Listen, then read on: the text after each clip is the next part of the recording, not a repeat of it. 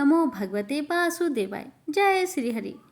प्यारे भक्तों, आज के इस वीडियो में मैं आप सभी को सुनाने जा रही हूँ वैशाख शुक्ल पक्ष की द्वादशी की व्रत कथा। प्यारे भक्तों, वैशाख मास की शुक्ल पक्ष की द्वादशी तिथि को परशुराम द्वादशी के नाम से जाना जाता है। ऐसी कथा और मान्यता है कि परशुराम जी भगवान विष्णु के छठे अवतार है, जिनका प्रकट्य अक्षय तृतीया यानी वैशाख शुक्ल तृतीया को हुआ था। लेकिन परशुधारी परशुराम जी के रूप में इनका जीवन आरंभ वैशाख शुक्ल द्वादशी को हुआ था, इसलिए इस तिथि की मान्यता भी एकादशी के समान ही है। ऐसी कथा है कि परशुराम द्वादशी का व्रत निसंतान दाम्पत्य के लिए उत्तम है। ऋषि याज्ञवल्क्य ने एक राजा जो संतान प्राप्ति की इच्छा से वन में तपस्या कर रहा था, उसे यह व्रत करने की सलाह दी थी।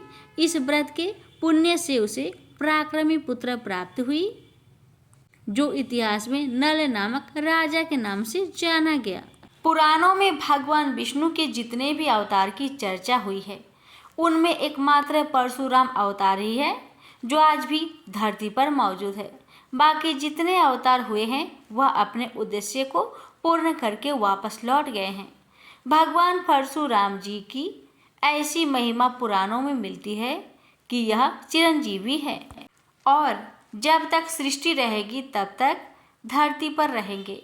इनका निवास आज भी महेंद्र पर्वत पर माना जाता है। इन्होंने संपूर्ण धरती को सहस्त्र बाहु से जीतकर अपने गुरु को दान कर दिया था, इसलिए वह धरती पर नहीं रहते हैं।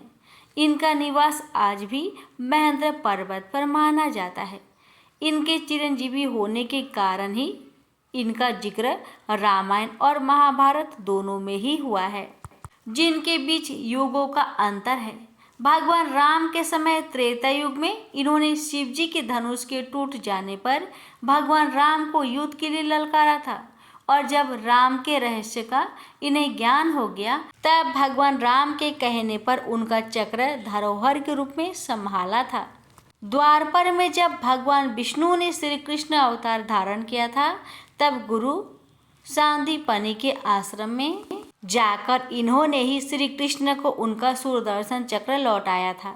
इसी चक्र से भगवान श्री कृष्ण ने द्वापर के अंत में धर्म की स्थापना की थी। भगवान परशुराम जी को उनका अस्त्र परशु भगवान शिव से प्राप्त हुआ था। इसी परशु से इन्होंने एक युद्ध में भगवान गणेश जी का दांत काट दिया था, जिसके बाद से गणेश जी एक दंत कहलाने लगे। ऐसी मान्यता है कि परशुराम द्वादशी के दिन भगवान परशुराम जी की पूजा और व्रत करने से बड़ा पुण्य प्राप्त होता है।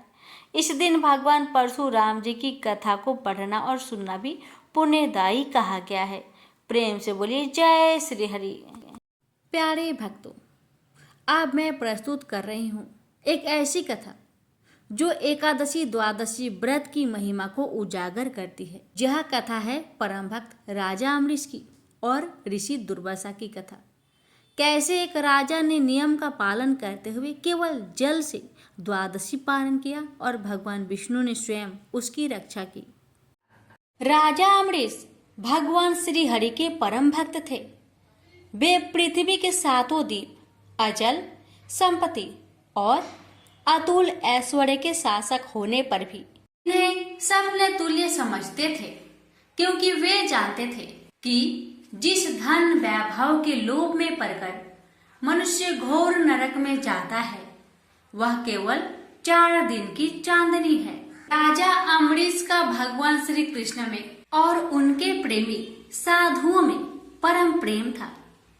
उन्होंने अपने मन को श्री कृष्ण के चरणों में, वाणी को भगवान के गुणों का गान करने में, हाथों को श्री हरि के मंदिर मार्जन में और अपने कानों को भगवान की मंगलमयी कथा के श्रवण में लगा रखा था। उन्होंने अपने नेत्रों को श्री हरि के विग्रह व मंदिरों के दर्शन में, नासिका को उनके चरण कमलों पर चढ़ी श्रीमती तुलसी की दिव्य गंध में और जीवा को भगवान के प्रति अर्पित नैवेद्य प्रसाद में संलग्न कर दिया था। राजा अम्बरीश के पैर भगवान के क्षेत्र आदि की पैदल यात्रा करने में ही लगे रहते और वे सिर से भगवान श्री कृष्ण के चरण कमलों की वंदना किया करते थे। इस प्रकार उन्होंने अपने सारे कर्म यज्ञ पुरुष इंद्रियातीत भगवान के प्रति उन्हें सर्वोत्तम एवं सर्वरूप समझकर समर्पित कर दिए थे और भागवत भक्त ब्राह्मणों की आज्ञा अनुसार वे इस पृथ्वी का शासक करते थे। उन्होंने बड़ी बड़ी दक्षिणा वाले अनेकों अश्वमेध यज्ञ करके यज्ञाधिपति भगवान की आराधना की थी। उनकी प्रजा महात्माओं के द्वारा गाए हुए भगवान के उत्तम चरित्रों का बहुत सम्मान करती, किसी समय बड़े प्रेम से श्रवण करती और किसी समय उनका गान करती। इस प्रकार उनके राज्य के मनुष्य देवताओं के अत्यंत प्यारे स्वर्ग की भी इच्छा नहीं करते। राजा अम्बरीश की अनन्य प्रेममयी भक्ति से प्रसन्न होकर भगवान ने उनकी रक्षा के लिए सुदर्शन चक्र को नियुक्त कर दिया था, जो विरोधियों को भयभीत करने वाला एवं भगवान भक्तों की रक्षा करने वाला है। एक बार उन्होंने अपनी पत्नी के साथ भगवान श्री कृष्ण की आराधना करने के लिए 1 वर्ष तक द्वादशी प्रधान एकादशी व्रत करने का नियम ग्रहण किया। उन्होंने 3 रात का उपवास किया और एक दिन यमुना जी में स्नान करके भगवान श्री कृष्ण की पूजा की। तत्पश्चात पहले ब्राह्मणों को स्वादिष्ट और अत्यंत गुणकारी भोजन कराकर उन लोगों के घर 60 करोड़ गौएं सुसज्जित करके भेज दी। जब ब्राह्मणों को सब कुछ मिल चुका तब राजा ने उन लोगों से आज्ञा लेकर व्रत का पारण करने की तैयारी की। उसी समय श्राप और वरदान देने में समर्थ स्वयं दुर्वासा जी भी उनके यहाँ अतिथि रूप में पधारे। राजा अम्बरीश उन्हें देखते ही उठकर खड़े हो गए, आसन देकर बैठाया और विविध सामग्रियों से उनके चरणों में प्रणाम करके भोजन के लिए प्रार्थना की। दुर्वासा जी ने राजा अम्बरीश की प्रार्थना स्वीकार कर ली और इसके बाद आवश्यक कर्मों से निवृत्त होने के लिए वे नदी तट पर चले गए। वे ब्रह्मा का ध्यान करते हुए यमुना के पवित्र जल में स्नान करने लगे। इधर द्वादशी केवल घड़ी भर शेष रह गई थी। धर्मज्ञ अम्बरीश ने धर्म संकट में पड़कर ब्राह्मणों के साथ परामर्श किया। उन्होंने कहा, ब्राह्मण देवताओं, ब्राह्मण को बिना भोजन कराए स्वयं खा लेना और द्वादशी रहते पारण न करना दोनों ही दोष है। इसलिए इस समय जैसा करने से मेरी भलाई हो और मुझे पाप न लगे, ऐसा काम करना चाहिए। तब ब्राह्मणों के साथ विचार करके उन्होंने कहा, ब्राह्मणों, श्रुतियों में ऐसा कहा गया है कि जल पी लेना भोजन करना भी है, नहीं भी करना है। इसलिए इस समय केवल जल से पारण किए लेता हूँ। ऐसा निश्चय करके मन ही मन भगवान का चिंतन करते हुए राजश्री अम्बरीश ने जल पी लिया और फिर दुर्वासा जी के आने की राह देखने लगे। दुर्वासा जी आवश्यक कर्मों से निवृत्त होकर यमुना तट से लौट आए। जब राजा ने आगे बढ़कर उनका अभिनंदन किया तब उन्होंने अनुमान से ही समझ लिया कि राजा ने पारण कर लिया है। उस समय दुर्वासा जी बहुत भूखे थे। वे क्रोध से थर थर कांपने लगे।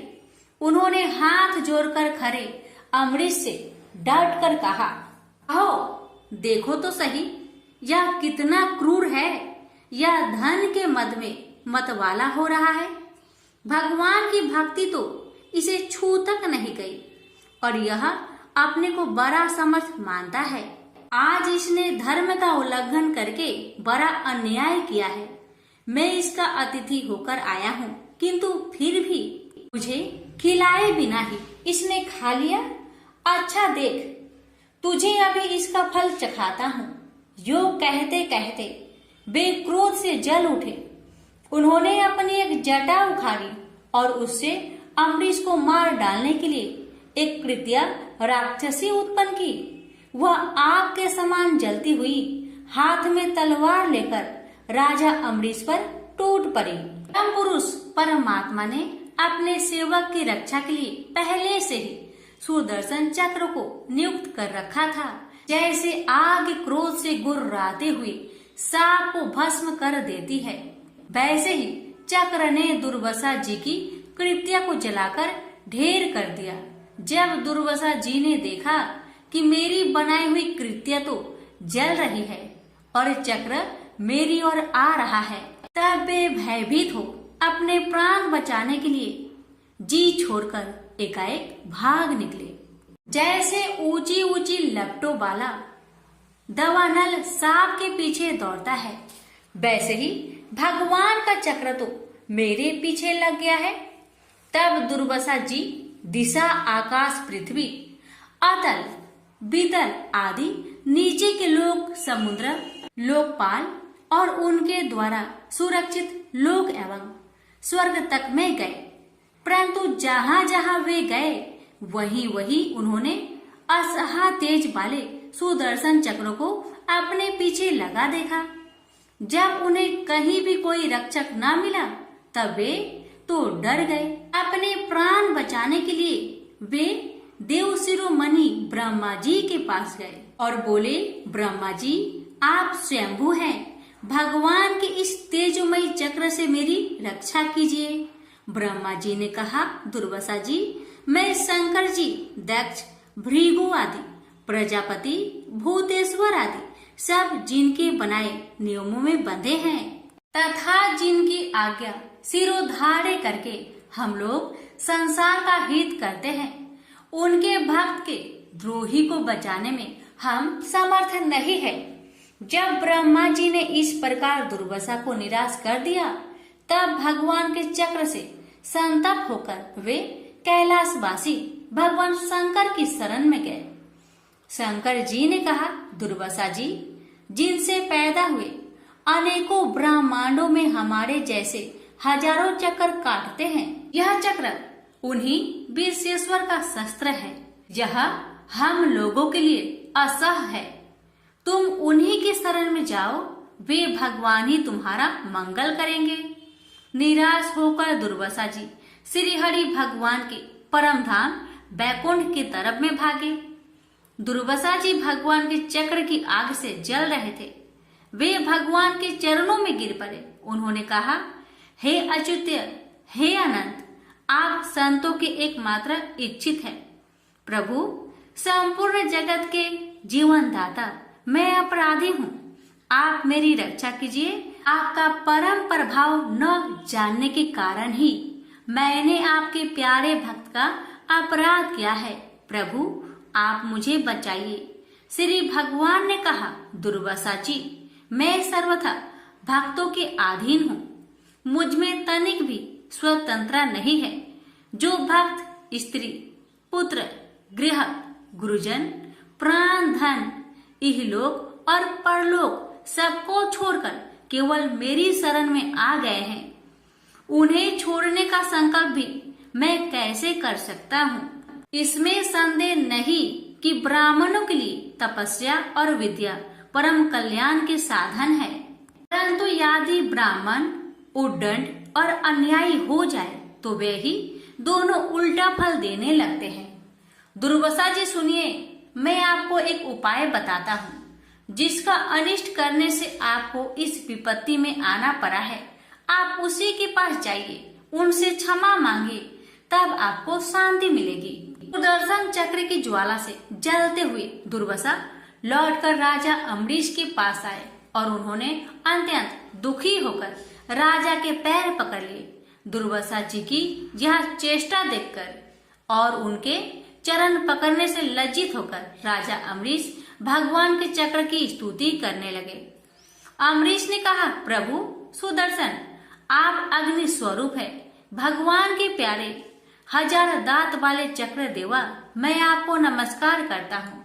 समस्त अस्त्र शस्त्रों को नष्ट कर देने वाले एवं पृथ्वी के रक्षक, आप इन ब्राह्मण की रक्षा कीजिए।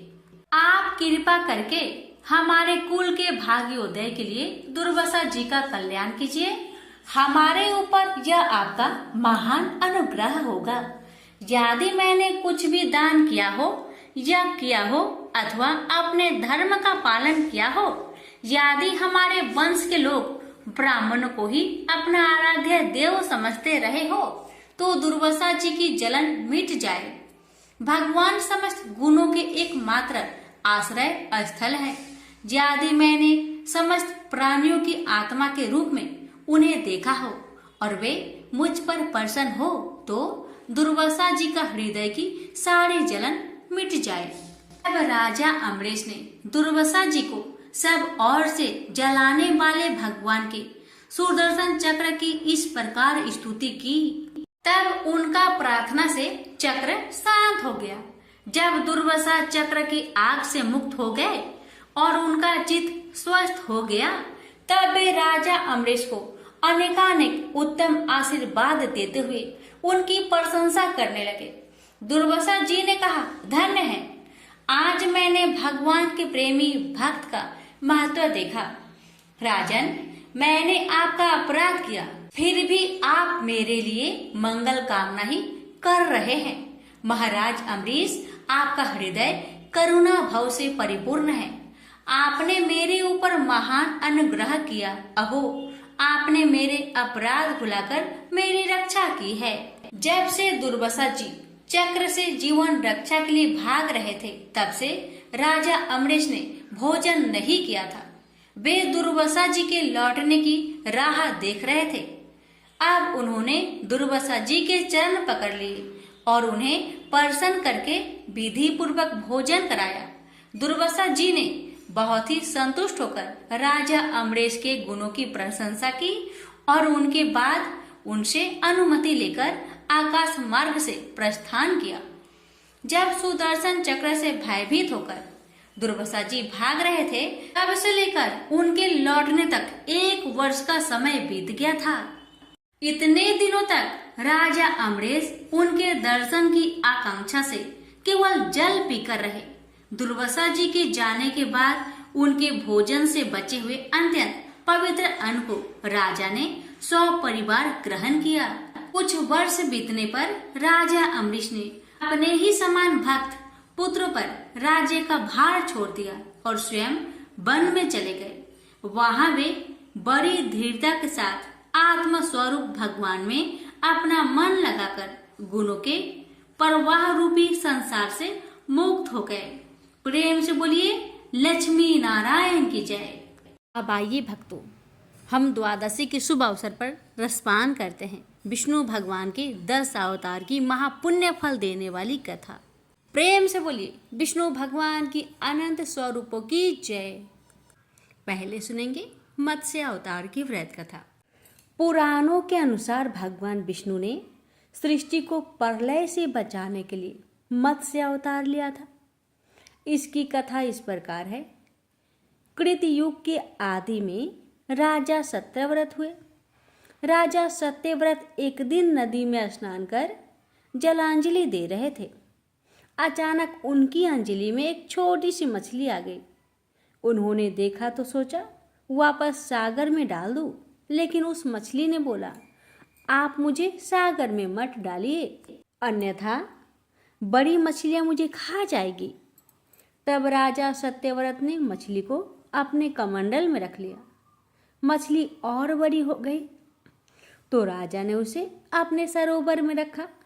तब देखते ही देखते मछली और बड़ी हो गई। राजा को समझ आ गया कि यह कोई साधारण जीव नहीं है। राजा ने मछली से वास्तविक स्वरूप में आने की प्रार्थना की।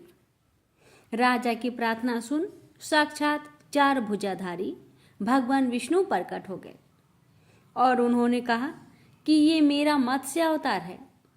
भगवान ने सत्यव्रत से कहा, सुनो राजा सत्यव्रत, आज से 7 दिन बाद प्रलय होगी। तब मेरी प्रेरणा से एक विशाल नाव तुम्हारे पास आएगी। तुम सप्त ऋषियों, औषधियों, बीजों व प्राणियों के सूक्ष्म शरीर को लेकर उसमें बैठ जाना। जब तुम्हारी नाव डगमगाने लगेगी, तब मैं मत्स्य के रूप में तुम्हारे पास आऊंगा।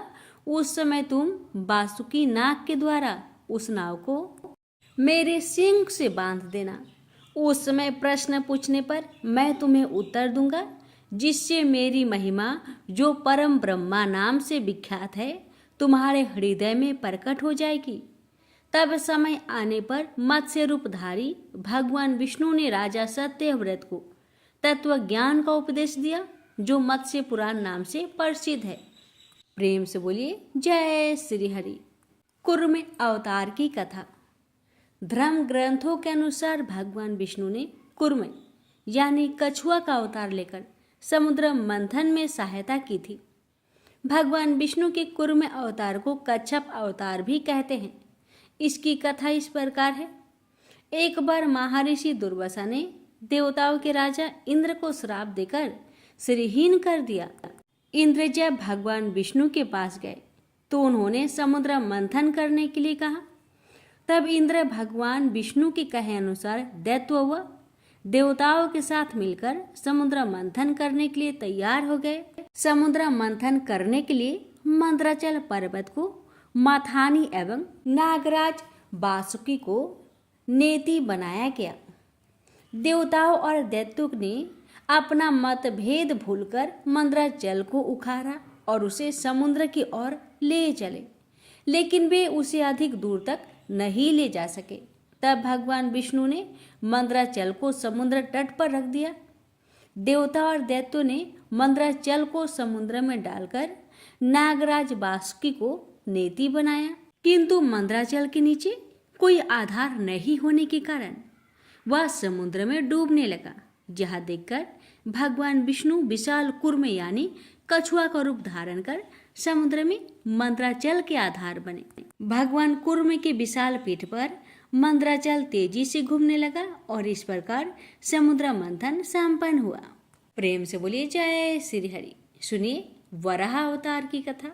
हिरण्याक्ष नामक एक दस्यु के अत्याचारों से पृथ्वी को मुक्ति दिलाने के लिए प्रभु ने वराह रूप में अवतार लिया था। आज हम आपको इसी कथा के बारे में बताने जा रहे हैं। जब कश्यप ऋषि की पत्नी दीति की गर्भ से हिरण्याक्ष और हिरण्यकश्यप नाम के दो जुड़वा बच्चों ने जन्म लिया, तब समस्त पृथ्वी जैसे एक नकारात्मक ऊर्जा से भर गई। प्रकृति का हर कण जैसे यह दर्शाने लगा कि इन दो दैत्यों के अत्याचार से आगामी दिनों में पृथ्वी बहुत कंपित होगी। कहा जाता है कि जो दैत्य पैदा होने के साथ ही बड़े हो जाते हैं, उनके उत्पात की कोई सीमा नहीं होती। यह दो जुड़वा भाई भी कुछ इसी प्रकार बड़े हो गए थे। दोनों भाइयों ने मिलकर प्रजापति ब्रह्मा का कठोर तप किया और उनसे किसी भी मानव शरीर से मृत्यु ना प्राप्त करने का वरदान मांग लिया। बस फिर क्या था, ब्रह्मा जी से अजयता व अमरता का वरदान प्राप्त कर दोनों दैत्यों की स्वेच्छा, चरित्र और उड्डनता की जैसी सभी सीमाएं खत्म हो गई। हिरण्याक्ष ने अब तीनों लोकों में विजय प्राप्त करने का निर्णय कर लिया और गदा लेकर इंद्रलोक की ओर चल पड़ा। सभी देवताओं को जब इस बात की सूचना मिली, तब वह सब इंद्रलोक छोड़कर भाग गए। इंद्रलोक में किसी को ना पाकर हिरण्याक्ष तब वरुण देव की नगरी भिभावरी की ओर चला। वहां जाकर उसने वरुण देव को युद्ध के लिए ललकारा।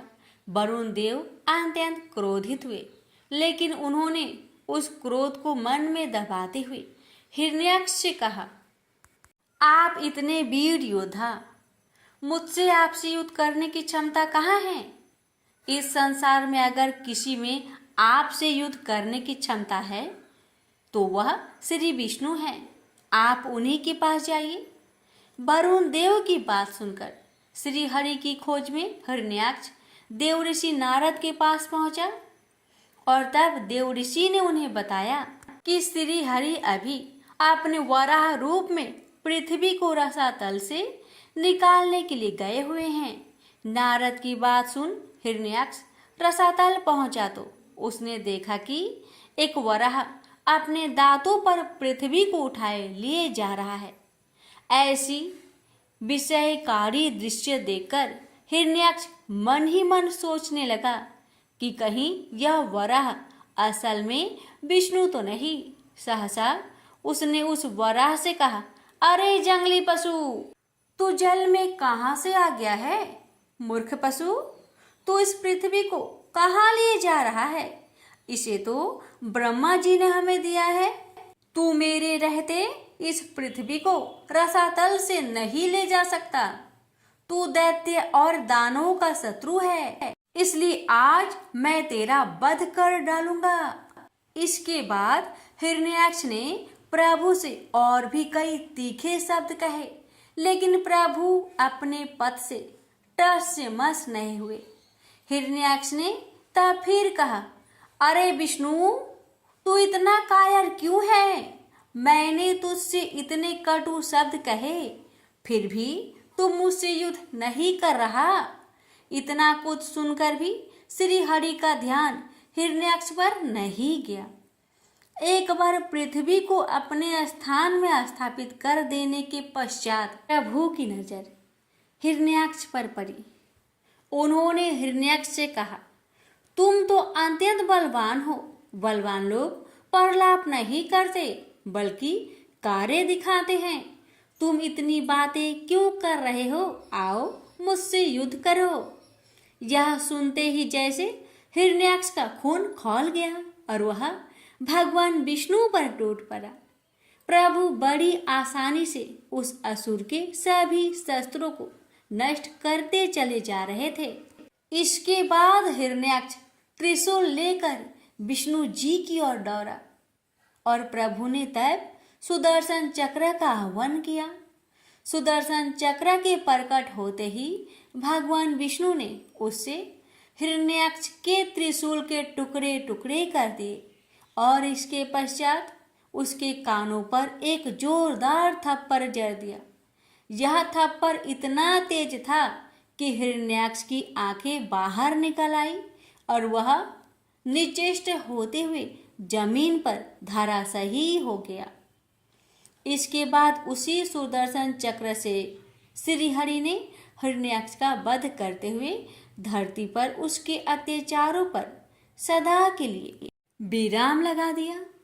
भगवान विष्णु के हाथों मारे जाने के कारण हिरण्याक्ष बैकुंठ चला गया और वहां के द्वार पहाड़ी के रूप में अपना जीवन व्यतीत करने लगा।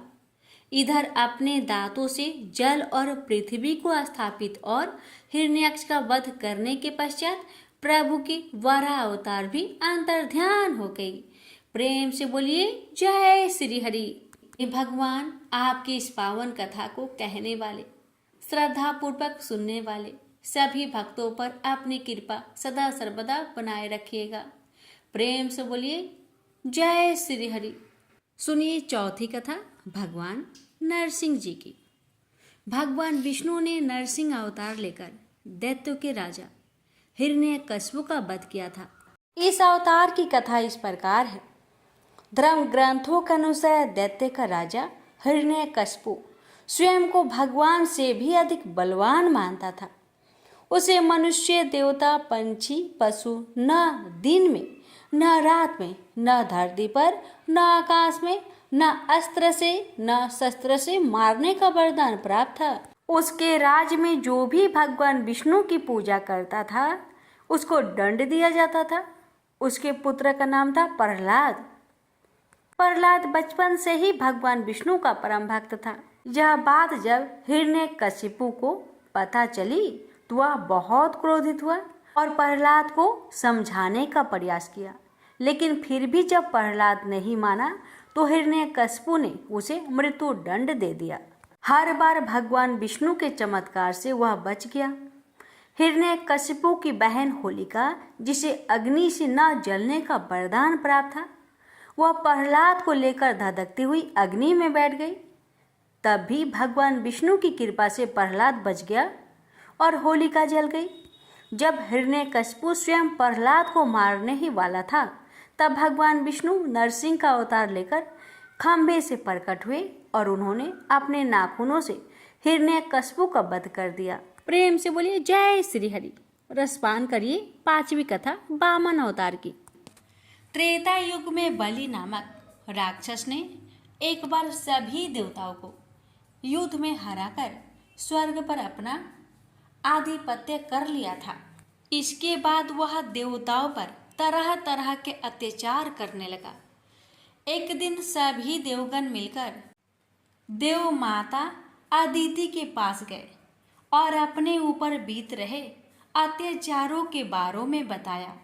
यह सुनकर देव माता अपने पति ऋषि कश्यप के पास गई और देवताओं की समस्या बताई।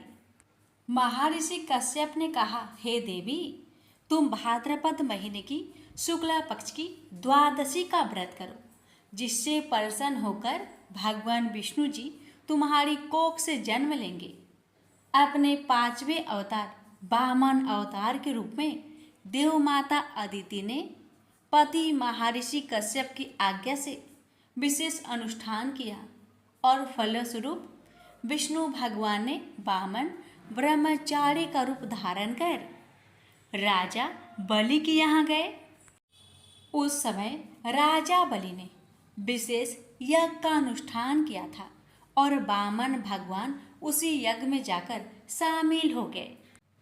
राजा बलि ने वामन भगवान का भव्य स्वागत किया और दक्षिणा देने लगे, किंतु वामन भगवान ने मना कर दिया। कहा कि हे राजन, मैं दक्षिणा में कुछ भूमि मांगना चाहता हूँ, क्योंकि मेरे पास इतनी भूमि नहीं जहाँ पर मैं बैठकर भक्ति कर सकूं। ब्रह्मचारी की बात सुनकर राजा बोला, हे भगवान, आप मांगो, कितनी भूमि चाहिए।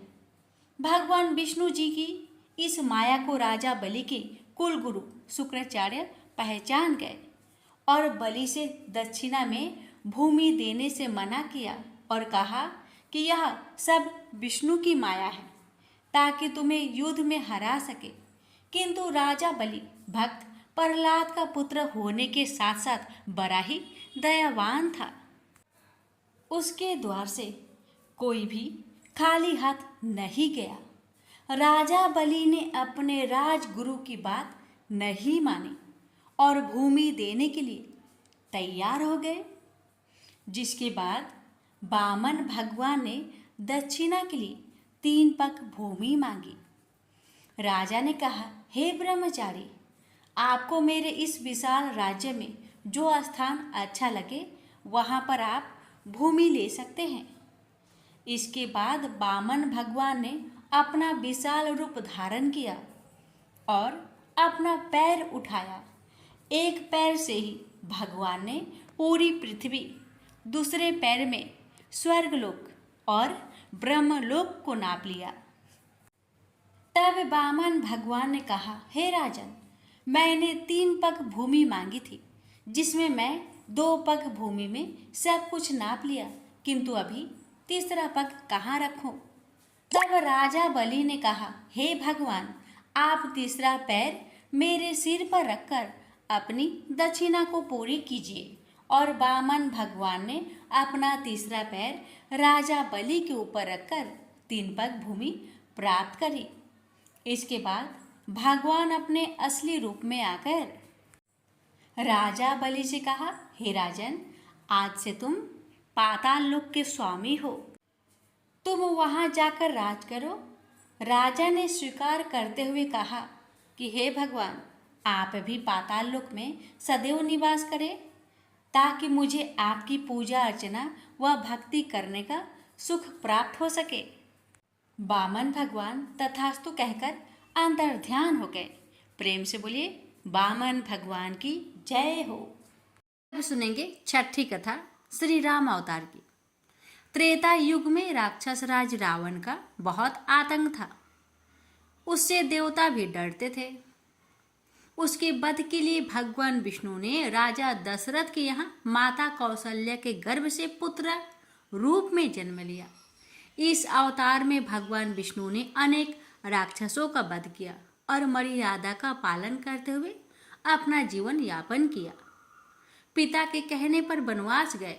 वनवास भोगते समय राक्षस राज रावण उनकी पत्नी सीता का हरण कर ले गया। सीता की खोज में भगवान लंका पहुंचे। वहां भगवान श्री राम और रावण का घोर युद्ध हुआ, जिसमें रावण मारा गया। इस प्रकार भगवान विष्णु ने राम अवतार लेकर देवताओं को भय से मुक्त किया। प्रेम से बोलिए जय श्री हरि। सातवीं कथा श्री कृष्ण अवतार की। द्वारपर में भगवान विष्णु ने श्री कृष्ण अवतार लेकर अधर्मियों का नाश किया। भगवान श्री कृष्ण का जन्म कारागार में हुआ था। इनके पिता का नाम वासुदेव और माता का नाम देवकी था। भगवान श्री कृष्ण ने इस अवतार में अनेक चमत्कार किए और दुष्टों का सर्वनाश किया। कंस का वध भी भगवान श्री कृष्ण ने ही किया। महाभारत के युद्ध में अर्जुन के सारथी बने और दुनिया को गीता का ज्ञान दिया। धर्मराज युधिष्ठिर को राजा बनाकर धर्म की स्थापना की। भगवान विष्णु का ये अवतार सभी अवतारों में से सबसे श्रेष्ठ माना जाता है। प्रेम से बोलिए हरे कृष्णा। सुनिए आठवीं कथा परशुराम अवतार की कथा। हिंदू धर्म ग्रंथों के अनुसार परशुराम भगवान विष्णु के प्रमुख अवतारों में से एक थे। भगवान परशुराम के जन्म के संबंध में दो कथाएं प्रचलित है।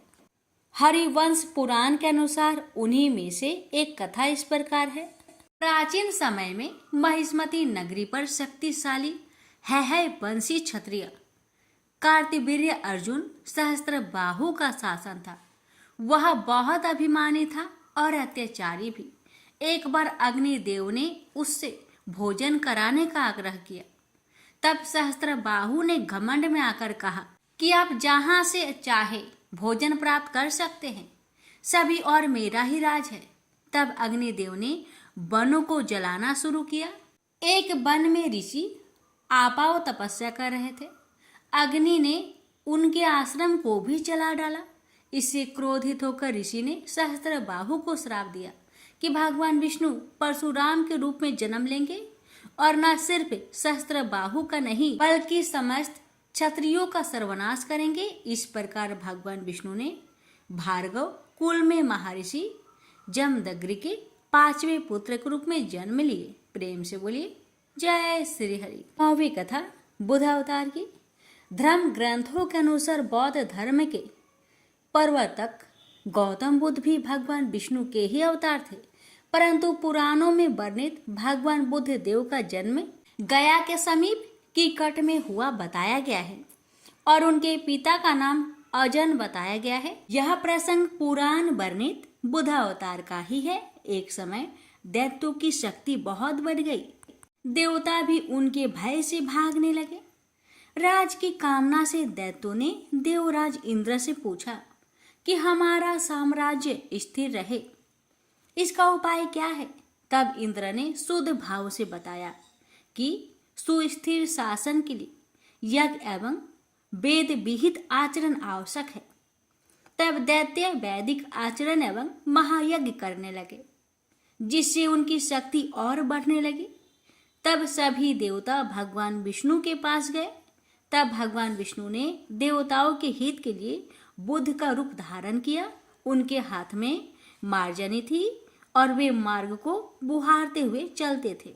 इस प्रकार भगवान बुद्ध दैत्यों के पास पहुंचे और उन्हें उपदेश दिया कि यज्ञ करना पाप है, यज्ञ से जीव हिंसा होती है, यज्ञ की अग्नि से कितने ही प्राणी भस्म हो जाते हैं। भगवान बुद्ध के उपदेश से दैत्य प्रभावित हुए। उन्होंने यज्ञ व वैदिक आचरण करना छोड़ दिया। इसके कारण उनकी शक्ति कम हो गई और देवताओं ने उन पर हमला कर अपना राज्य पुनः प्राप्त किया। प्रेम से बोलिए हरे कृष्णा। अब सुनेंगे 10वीं कथा कल्कि अवतार की। धर्म ग्रंथों के अनुसार भगवान विष्णु कलयुग में कल्कि रूप में अवतार लेंगे। कल्कि अवतार कलयुग व सतयुग के संधि काल में होगा। यह अवतार 64 कलाओं से युक्त होगा। पुराणों के अनुसार उत्तर प्रदेश के मुरादाबाद जिले के संभल नामक स्थान पर विष्णु यसा नामक तपस्वी ब्राह्मण के घर पर भगवान कल्कि पुत्र रूप में जन्म लेंगे। कल्कि देवदत्त नामक घोड़े पर सवार होकर संसार से पापियों का विनाश करेंगे और धर्म की पुनः स्थापना करेंगे। तभी सतयुग का प्रारंभ होगा। प्रेम से बोलिए ओम नमो भगवते वासुदेवाय। विष्णु भगवान की अनंत स्वरूपों की जय। भक्तों, अब कथा का समापन करते हैं श्री गणेश जी की एक सुंदर कथा के साथ, ताकि हमारे सभी कार्य निर्विघ्न रूप से पूर्ण हो। प्रेम से बोलिए जय श्री गणेश। एक समय एक मेढक व मेढकी का जोड़ा था। इनमें से मेढकी हमेशा भगवान विनायक यानी गणेश जी की पूजा अर्चना करती थी।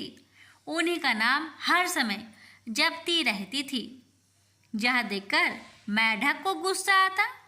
एक बार उसने गुस्से में मेढकी को कहा कि तू पापी है जो हर समय पर पुरुष का नाम लेती है। इस पाप को करना बंद कर। धमकी भी दी, यदि आज के बाद विनायक जी का नाम लिया तो वह उसका सिर फोड़ देगा। कथा के अनुसार मेढकी इस बात से गणेश जी उससे नाराज हो जाते हैं। इसके बाद एक दिन राजा की एक दासी आती है और दोनों मेढक मेढकी जिस पानी में रहते हैं उसे एक पात्र में डालकर ले जाती है, जहां वह उस पानी को चूल्हे पर चढ़ा देती है। तभी मेढकी तो भगवान गणेश का नाम लेने से उबलते पानी में भी कष्ट नहीं पाती, लेकिन मेढक दर्द से करा उठता है। गर्म पानी में भी जब वह मेढकी को बिना कष्ट के देखता है तो वह उससे इसका कारण पूछता है। इस पर वह गणेश जी को ही उसका संकट दूर करने वाला बताते हुए मेढक को भी ऐसा ही करने को कहती है। ये सुन जान बचाने के लिए मेढक गणेश जी का नाम लेने लगता है। इससे गणेश जी प्रसन्न हो जाते हैं। कुछ देर में ही दो सांड लड़ते हुए वहां पहुंचते हैं और चूल्हे पर चढ़े पानी के पात्र को गिरा देते हैं, जिससे मेढक व मेढकी दोनों उस संकट से मुक्त होकर नदी की पाल में गिर जाते हैं। कथा के अंत में सबके साथ ये कहा जाता है कि गणेश जी महाराज ने जिस तरह मेढक व मेढकी का संकट दूर किया, वैसे ही वे सबका कष्ट दूर करें।